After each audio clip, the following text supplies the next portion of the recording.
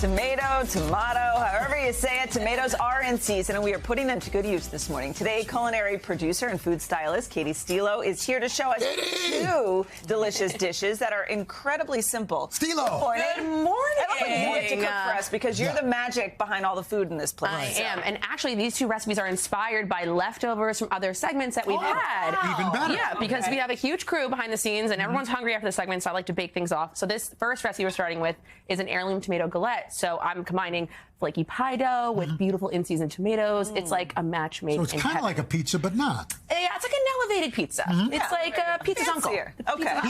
Pizza's fancy uncle. Exactly. Pizza's your uncle. So we're starting with mayo, which if you know me, I don't love mayo, but I like it when it's disguised. And so I'm using it as the base here to kind of protect the tomatoes from the pie dough so it doesn't get soggy. So to the mayo, I just added a little bit of Italian seasoning to get that pizza essence. And then if I'm obviously adding a little bit of spice. I like heat, so I added some Calabrian chili paste. Oh, okay. You could do red pepper flakes. You could add more or less. And then a little lemon juice, cut the acid. Moving into the star of the show here, our beautiful tomatoes. Okay, so this is the time of year where you want to let these babies shine. And you always use a serrated knife to cut? I do. A serrated or a sharp knife. Really, a sharp knife is your best friend in the kitchen. A dull knife is scary, so do not use a dull knife. And how do you get rid of all the, because tomatoes have so much water in them. There's a ton of moisture. You can see on this paper towel right here, it's already absorbed some of it. So I pre-salted these, and then the moisture comes out because you don't want a soggy bottom on your tart. You don't want a soggy bottom. No. Hey, beat me to it.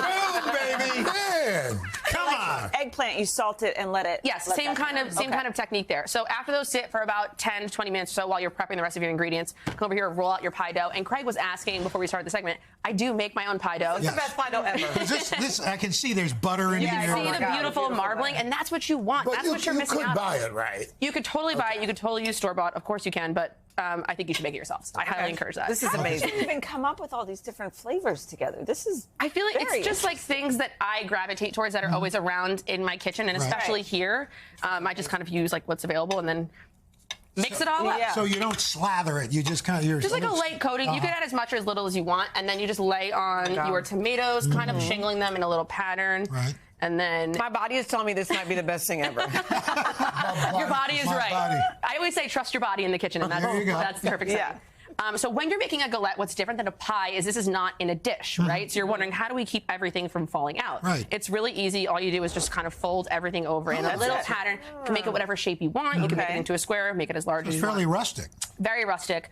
And all you do is that. You have a little package of love of tomatoes. A little, and there's the cheese. I like to season everything, so brush the edges with a little bit of egg wash, and then I like to add salt and pepper because you're eating the crust and you want everything to be seasoned. Yeah. So always season things. Salt, pepper. And then you just bake this up. How long do you bake it in like a 400-degree oven for about 25 to 30 minutes or so. Okay. This one is so easy. You could do it in the duration of this entire segment. So here we have some cherry tomatoes. I know everyone's garden is. I told you. Interrupt you. I came in. I'm like, Dylan.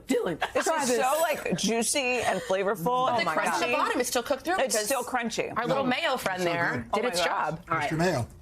Cherry tomatoes. Right. A little bit of sweet, a little thin skin. We want to roast these off. You can get a gorgeous tomato sauce out of this. You just toss it with your favorite cooked pasta, eat it cold or eat it hot. I like serving it on a little crostini too because then you get a little appetizer. So it's a little 2 for 1.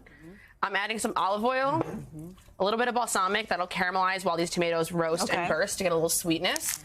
And then as much garlic as your heart desires. You like the garlic. Oh, I do. It's coming out of my pores at all times.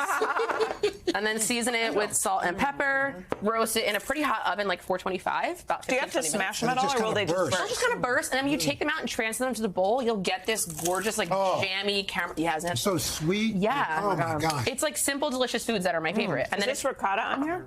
It's stracciatella. So, sure it is. Yeah. What's that? It's the inside of burrata. So a little cheese. Katie, well done. You could do amazing. She is the wind beneath our wings. Today food. You have to get these recipes. It's so easy. It's so quick. Head to today.com/food.